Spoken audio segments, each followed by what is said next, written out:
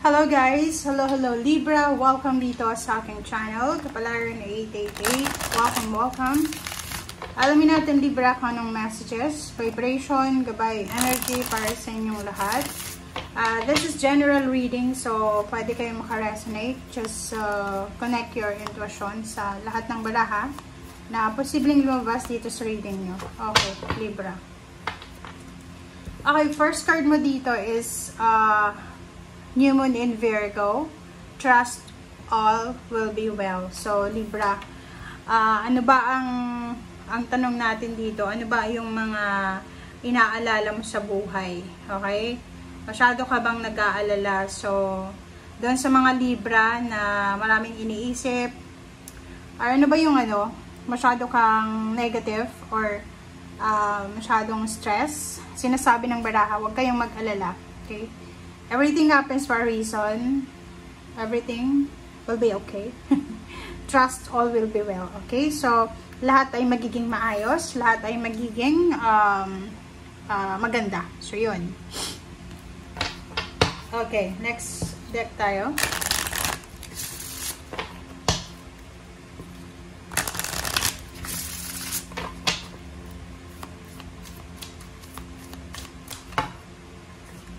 Okay, second deck tayo is reverse na healing from the past. So, parang ganon. Ang nakikita ko sure dito, may mga Libra na masyadong malalim yung grudges and resentment mo. So, hindi ko alam kung bakit, pero parang mayroong mga Libra, maybe your past is not good, or maybe traumatic yung past mo, or maybe this is relationship, money, career, financial, or anything na hindi magandang nakaraan. Sinasabi ng baraha sa'yo na kinakailangan mo nang mag-heal. Kasi you're, parang against the flow eh. Parang, yun nga, sabi sa'yo ng baraha dito, trust na magtiwala ka, have faith na lahat magiging okay. Pati ikaw, nakikita ko sa'yo dito na against the flow ka, na ayaw mong mag-heal. So, like for example, may mga kailangan maayos na relationship, may forgiveness, reconciliation, pero ikaw, ang nakikita ko sa inyo dito is parang kayo eh, yung ayaw nyo, parang ganon. So, basta ikaw lang yung nakakaalam kung ano yung mga pwede mong gawin. Yung tarot natin is just a guidance. So, sinasabi ng baraha, kung ayaw mo, kung hindi ka pa naka-move on, may free will naman tayo, diba? So, maybe, understandable naman yung rason kung bakit ka ayaw mong mag-move on. So, just respetuhin natin. Okay? Kung ano yung nararamdaman mo. Okay, the World card. So, the World card, sinasabi dito, Libra, na kailangan mo nang tapusin. As soon as possible, you need to end na. Kung ano man to, like grudges, resentments, emotion na hindi maganda, trabaho hindi maganda, or anything na alam mo na pwedeng nagiging rason or dahilan ng mga pain and heartaches mo. Okay? Next is Four of Swords, and then Seven of Cups. So, sinasabi ng baraha sa'yo dito, yung message ng baraha sa'yo dito is parang all about emotion or work or anything na hindi nag-work para sa'yo. Yung hindi talaga nakuha ng Libra kung ano yung gusto nila. So, sinasabi ng baraha na isang endings, maybe there's some transformation, endings, finalization, end of contract, o ano man to na achievements, or yun nga, transformation na posibleng magdadala sa'yo ng katahimikan or peace and harmony. Okay? Yung Seven of Cups, sinasabi ng baraha sa'yo dito na yun nga, we have choice and option. Kung gusto nating tahimik na buhay, kung gusto nating magulong buhay, we have choice and options. Okay?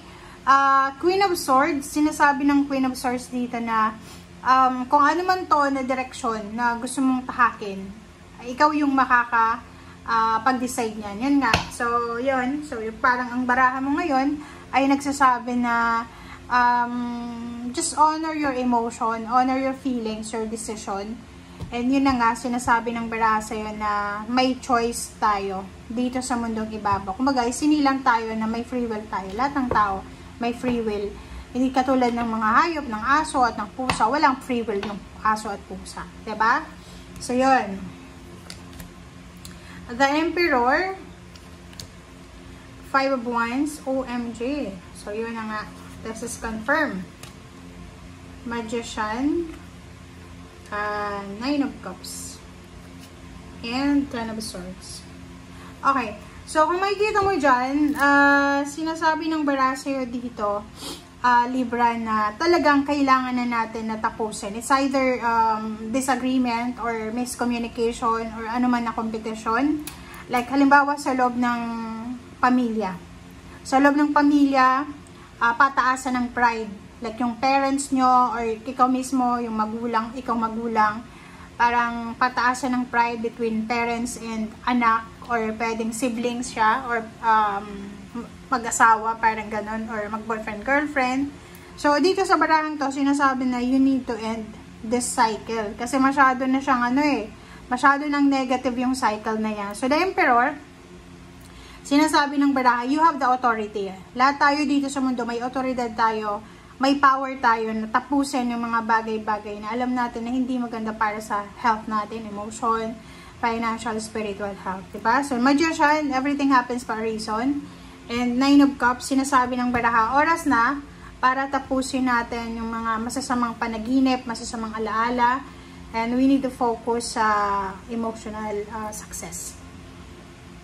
Okay, so ibig sabihin yan, yun, may mga Libra na nakaranas kayo ng traumatic experiences sa past nyo, emotion man yan, trabaho or negosyo, yung parang nadala ka na, parang ayaw mo nang magtiwala, sa relationship ayaw mo nang magtiwala, sa kapamilya ayaw mo nang magtiwala, sa karelasyon, sa kamag-anak, sa kapitbahay, sa katrabaho, yung parang feeling mo, medyo paranoid ka na diba? Yung iba sa inyo, yun nga sinasabi ng baraha, isa sa rason kung bakit ayaw mag-heal sa past, kasi parang iniisip mo na, okay, magpapatawad ako, babalik ulit, and then gano'n na naman. So, nakikita ko sa'yo dito, Libra, na just pray, okay? Mag-pray ka kay God na sana ibigay na yung katahimikan. Kasi parang hindi ka masyadong peaceful, kasi ang dami-daming mga traumatic na experiences ka na naranasan sa buhay mo. And yung overall message ng bara sa'yo na you need to prioritize your emotion, personal, your peace of mind, tranquility, and serenity. Yun yung pinaka-importante, diba? Dapat serene ka, tranquil ka. Kasi kung masyadong magulo yung isip natin, yung mindset natin, yung relationship, yung paligid natin, parang ang hirap mabuhay na magulo. Okay? So, yan guys ang sinasabi ng baraha. Maraming salamat sa panonood, Libra. See you again. Bye!